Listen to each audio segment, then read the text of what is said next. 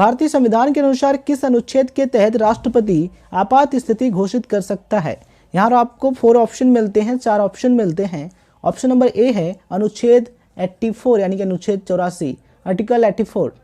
Option number B अनुच्छेद 105 यानी कि आर्टिकल 105। ऑप्शन नंबर सी अनुच्छेद 225 यानी कि आर्टिकल 225। ऑप्शन नंबर डी अनुच्छेद 352 यानी कि आर्टिकल 352। ठीक है, तो देखिए आर्टिकल 352 यानी कि अनुच्छेद 352 जो है उसके तहत राष्ट्रपति जो है, ठीक है, वो आपातकाल की घोषणा कर सकता है। इसको भी हम डिटेल से जानेंगे। ठीक है, तो इसका जो ऑप्शन नंबर डी है वो करेक्ट आंसर है, जैसे कि आप यहाँ पर देख पा रहे होंगे। ठीक है, option number D correct answer है। और इससे रिलेटेड कुछ इंपॉर्टेंट लाइंस हैं जो आप सभी को जाननी बहुत ही ज़रूरी हैं, तो वो लाइंस भी हम आपको बताने वाले हैं। देखिए, संविधान के अनुच्छेद 352 के अंतर्गत राष्ट्रपति केंद्रीय मंत्रिमंडल के निर्देश पर युद्ध, बाह्य आक्रमण या सशस्त्र विद्रोह की स्थिति में आपातकाल की घोषणा कर सकते हैं। ठीक है, तो किस आर्टिकल के तहत? आर्टिकल 352 यानी कि अनुच्छेद 352 के तहत। इसलिए ऑप्शन नंबर डी हमारा राइट आंसर हो जाएगा। ठीक है, option number D right answer हो जाएगा। ठीक है, तो इस तरीके से आपको एग्जामिनेशन में टिक करना है। चले, और इसी के साथ आपको ध्यान रखना है, एग्जामिनेशन में क्वेश्चन इस तरीके से भी पूछा जाता है कि भारत के प्रथम राष्ट्रपति कौन थे? तो भारत के प्रथम राष्ट्रपति यानी कि इंडियाज फर्स्ट प्रेसिडेंट कौन थे? डॉक्टर राजेंद्र प्रसाद। ठीक है, भारत के प्रथम राष्ट्रपति कौन थे? डॉक्टर राजेंद्र प्रसाद। इसे भी आपको ध्यान रखना है, बहुत ज़्यादा इंपॉर्टेंट है, एग्जामिनेशन में क्वेश्चन इससे पूछे जाते हैं। इसके अलावा अगर हम बात करें भारत के वर्तमान राष्ट्रपति की यानी कि प्रेजेंट टाइम प्रेसिडेंट की, तो कौन है? रामनाथ कोविंद। ठीक है, इसे भी आपको ध्यान रखना है। चलिए, question number 2, doctor Zakir Hussain थे। यहाँ पर आपको 4 विकल्प मिलते हैं। ऑप्शन नंबर ए भारत के तीसरे राष्ट्रपति, ऑप्शन नंबर बी भारत के दूसरे उपराष्ट्रपति, ऑप्शन नंबर सी ए और बी दोनों, ऑप्शन नंबर डी उपरोक्त में से कोई नहीं। यहाँ पर आपको 4 ऑप्शंस मिल रहे हैं और आपको बताना है कि इसमें से कौन सा करेक्ट आंसर होगा। तो ऑप्शन नंबर ए हमारा क्या कहता है? भारत के तीसरे राष्ट्रपति। तो सही बात है, डॉक्टर जाकिर हुसैन जो थे वो क्या थे? भारत के तीसरे राष्ट्रपति, third president of India. Option number B कहता है भारत के दूसरे उपराष्ट्रपति। तो भारत के दूसरे उपराष्ट्रपति कौन थे?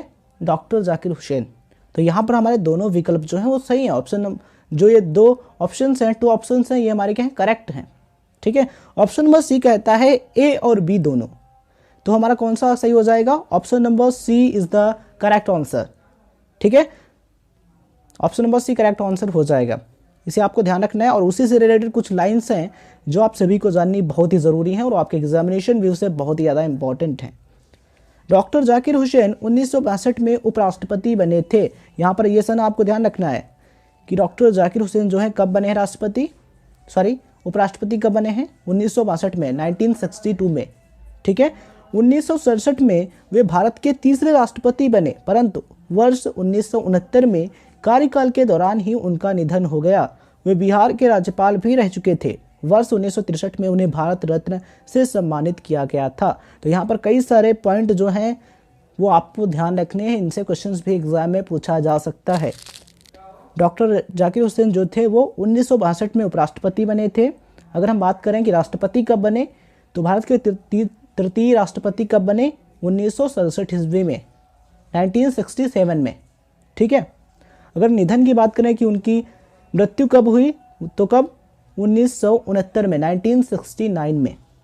ठीक है, और उनको 1963 यानी कि 1963 में भारत रत्न पुरस्कार से सम्मानित किया गया था। ये भी आपको ध्यान रखना है। तो ये इंपॉर्टेंट क्वेश्चंस बन सकते हैं और ये आंसर्स आपके रहे।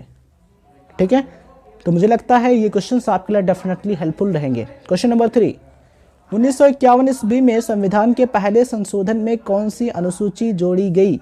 यहाँ पर आपको 4 ऑप्शन दिए जाते हैं। ऑप्शन नंबर ए 8वीं, ऑप्शन नंबर बी 9वीं, ऑप्शन नंबर सी 5वीं, ऑप्शन नंबर डी 4थी। ठीक है, तो इसका हो जाएगा option number B is the correct answer. सन 1951 में संविधान के पहले संशोधन में 9वीं अनुसूची जोड़ी गई थी। ठीक है, इसलिए option number B correct answer हो जाएगा, ऑप्शन नंबर बी। नेक्स्ट, उच्चतम न्यायालय में नियुक्ति के लिए एक भारतीय नागरिक का उच्च न्यायालय के न्यायाधीश के रूप में कम से कम कितने साल काम करना जरूरी है? क्वेश्चन क्या कहता है? अभी मैं आपको बताता हूँ डिटेल से। यहाँ पर आपको 4 ऑप्शन दिए गए हैं। ऑप्शन नंबर ए 4 साल, ऑप्शन नंबर बी 5 साल, ऑप्शन नंबर सी 7 साल, ऑप्शन नंबर डी 10 साल। ठीक है, तो क्वेश्चन ये कह रहा है कि उच्चतम न्यायालय में नियुक्ति के लिए, उच्चतम न्यायालय यानी कि सुप्रीम कोर्ट, ठीक है, सुप्रीम कोर्ट में नियुक्ति के लिए एक भारतीय नागरिक, एक इंडियन सिटीजन का उच्च न्यायालय में न्यायाधीश के रूप में कम से कम कितने साल काम करना जरूरी है। इसका कहने का मतलब ये है, हमारा जो हाई कोर्ट होता है, हाई कोर्ट, ठीक है, उच्च न्यायालय, उसमें एक जो न्यायाधीश है वो कम से कम कितने साल काम करे जिससे उसे सुप्रीम कोर्ट में स्थान मिल सके, यानी कि सुप्रीम कोर्ट में वो एक न्यायाधीश बन सके। कम से कम कितने साल हाई कोर्ट में काम करना जरूरी है। ठीक है, तो यहाँ पर आपको ऑप्शन दिए गए थे। ऑप्शन नंबर ए 4 साल, ऑप्शन नंबर बी 5 साल, ऑप्शन नंबर सी 7 साल, ऑप्शन नंबर डी 10 साल। ठीक है, तो कम से कम 5 साल कार्य करना जरूरी है हाई कोर्ट में, यानी कि उच्च न्यायालय में, तभी आप सुप्रीम कोर्ट के जज बन सकते हैं। ठीक है, तो option number B is the correct answer. ठीक है ना, चलिए क्वेश्चन नंबर 5।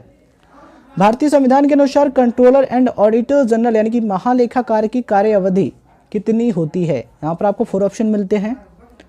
ऑप्शन नंबर ए 4 वर्ष यानी कि 4 इयर्स, ऑप्शन नंबर बी 5 वर्ष यानी कि 5 इयर्स, ऑप्शन नंबर सी 6 वर्ष यानी कि 6 years, option number D 7 years यानी कि 7 वर्ष 7 साल। ठीक है, तो इसका option number C right answer हो जाएगा, क्योंकि जो हमारा कंट्रोलर एंड ऑडिटर जनरल होता है उसकी जो कार्य अवधि है वो क्या होती है, 6 साल होती है, 6 इयर्स होती है। ठीक है, और इससे रिलेटेड कुछ लाइन्स हैं जो आप सभी को जाननी बहुत ही ज़रूरी है। संविधान के अनुच्छेद 148 यानी कि 148 में नियंत्रक एवं महालेखा परीक्षक का प्रावधान किया गया है। ठीक है, नियंत्रक एवं महालेखा परीक्षक का कार्यकाल 6 वर्ष का होता है, 6 इयर्स का होता है। कंट्रोलर एंड ऑडिटर जनरल, ठीक है, कंट्रोलर एंड ऑडिटर जनरल, इसको हिंदी में क्या कहते हैं, नियंत्रक एवं महालेखा परीक्षक। ठीक है, तो जो संविधान जो हमारा है, जो कॉन्स्टिट्यूशन है, उसका जो आर्टिकल 148 है, आर्टिकल 148 जो है, उसमें कंट्रोलर एंड ऑडिटर जनरल का प्रावधान किया गया है और इसका जो कार्यकाल है वो 6 वर्ष का होता है, यानी कि 6 इयर्स का होता है। ठीक है, इसलिए हमारा option number C is the right answer है।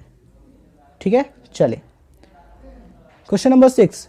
भारतीय संविधान के अनुसार निम्न में से कौन संसद के दोनों सदनों या किसी एक सदन को स्थगित कर सकता है।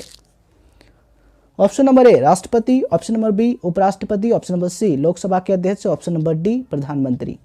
ये 4 ऑप्शन आप स्क्रीन पर देख पा रहे होंगे। क्वेश्चन क्या कह रहा है इसे आप अच्छे तरीके से समझिए। भारतीय संविधान के अनुसार अकॉर्डिंग टू इंडियन कॉन्स्टिट्यूशन निम्न में से कौन संसद के दोनों सदनों, संसद जो हमारा पार्लियामेंट है उसके कितने सदन होते हैं, 2 सदन होते हैं, कौन कौन से, लोकसभा और राज्यसभा। ठीक है, तो संसद के दोनों सदनों या किसी एक सदन को स्थगित कर सकता है, यानी कि लोकसभा या फिर राज्यसभा, इन दोनों में से किसी एक को स्थगित कर सकता है या फिर दोनों को स्थगित कर सकता है। इसका अधिकार किसके पास है।